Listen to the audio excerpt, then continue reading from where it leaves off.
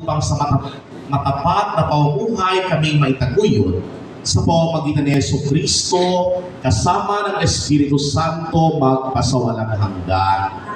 Sumainyo ang Panginoon. Itaas sa Diyos ang ating mga puso at diwa.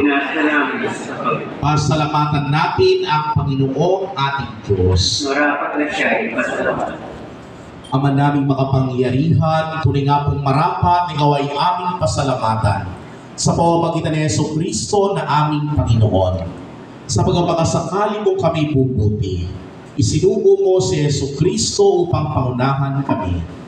Bilang pagsunod sa iyong atas na bigay, ipinahayag ng iyong anak ang iyong kalooban, na ang mga pintukha ay kanyang damayan.